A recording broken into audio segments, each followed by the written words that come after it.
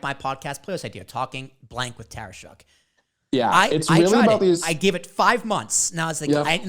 I spoke to industry professionals whom I respect, and they all was like, I don't get it. So I was like, okay, I need a pivot. Yeah. So when do you find that moment to say, like, how long do you give it, and when do you find that moment to say, this isn't working, I need to try something else? Yeah. So I actually start with like outer bounds, right? Meaning if 0 to 6 months is not enough time for anything. So everything gets 6 months, right? If you've hit 3 years on something, you should be asking these questions if it's not obviously working.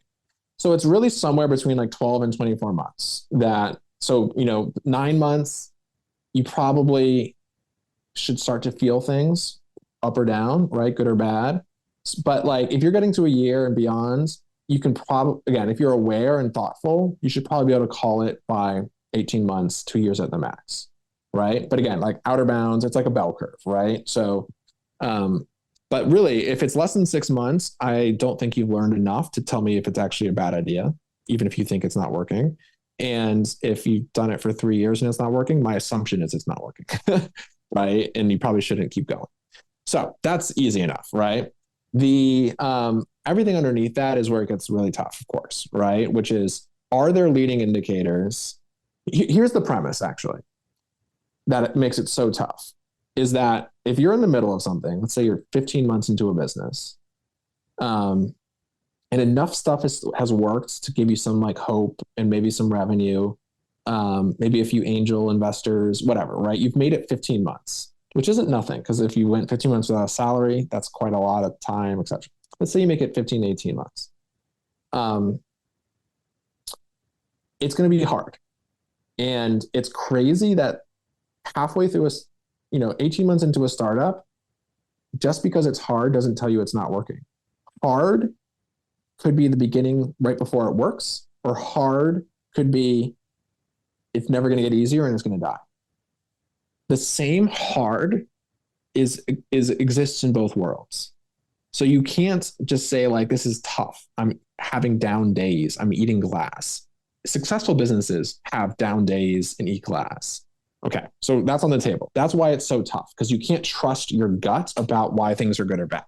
So I basically give 5 criteria, and they're really the kind of core criteria a founder needs to build to get somewhere. So if you were super honest with yourself and not going past go on each of these steps, you would never find yourself in this position, because you would basically keep focusing on one thing until you got it, right? But if you find yourself 18 months in and you don't have a repeatable way to get a new customer, I don't think you have a business. I think you should stop, or get very close to thinking about stopping, right? Or rather, sorry, stop is the wrong word. Do something different. Change course. Change course might be a big pivot. Change course might be take a break. Change course might be a lot of things, right? But don't keep doing it, right? And I get into more details, right? But very specifically, if you can't figure out, if you don't know what input leads to a customer, I do these things, I spend this much on ads, I go to these conferences, whatever. You're basically guessing, right? And guessing is not going to ever get you a business. It needs to get scientific, right? That's a marketing question. The other side is products. If you don't know why people love your product, and you can't predict which kind of customer is going to love it and stay, like when I talked about all those different types of podcasters who could go in, right?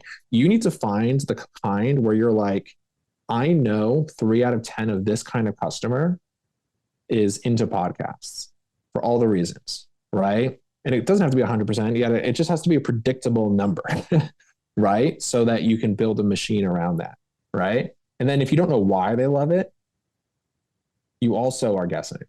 And so that's one of the main things. Just now that I've said it out loud, it's always helpful to talk it through. If you're guessing at why your business works and how your business grows, you either need to revert back to a very scientific exploratory mode, or basically recognize that like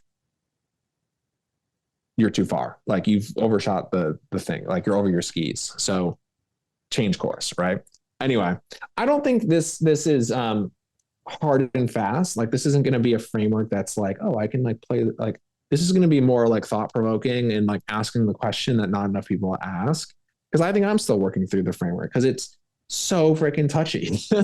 Like the reason why nobody talks about this is because like you'll get canceled if you tell people to give up. Yeah. Like if Yeah, you're the it's very guy who's true. like, Yeah. this is like you'll never get canceled if you tell people to keep on. You'll get Gary Vee retweeting you if you say that kind of stuff, right? That LinkedIn meme. Just keep going. Just keep going. And it's like it's a meme in like 100 ways. Like so But I it think really is the best and worst advice. How many people in the past month or so just told me, just keep doing what you're doing? But it's like, what does that mean? But just keep doing what you're doing. It's going to work eventually. It's like, okay, thanks. so I think what I'm trying to Thanks. give people is some questions to think through, such that if you think through all the questions and you can't answer them all or you don't have great answers for them, it means either change course or just like revert back. Go backwards in the journey, right? Which generally means like if your business is like burning a lot of cash and you don't have these answers, yeah, you're kind of killing yourself, Go back and be lean, right? Go back and get a job, right? Figure it out slowly, or don't jump in until you figure it out. So yeah, this has been a learning journey. I've learned so much over the last 3 years, and it's both been building day one. It's been obviously building with tons of founders. And, I'm drinking the Kool-Aid that I need to get out in the world with building an audience, and I'm using a newsletter, and, I think Rahul is going to start podcasting, and it's absolutely something that I think all founders should be doing. It's just, it's hard to do it in the moment because you get super busy with 100 other things, right? Yeah. So well, that's where a start ahead of time. podcast as a service comes in. I think it is. I think it is. Like, well, my goal is just, okay, listen, you need it. Like, if you can't start a podcast, use mine.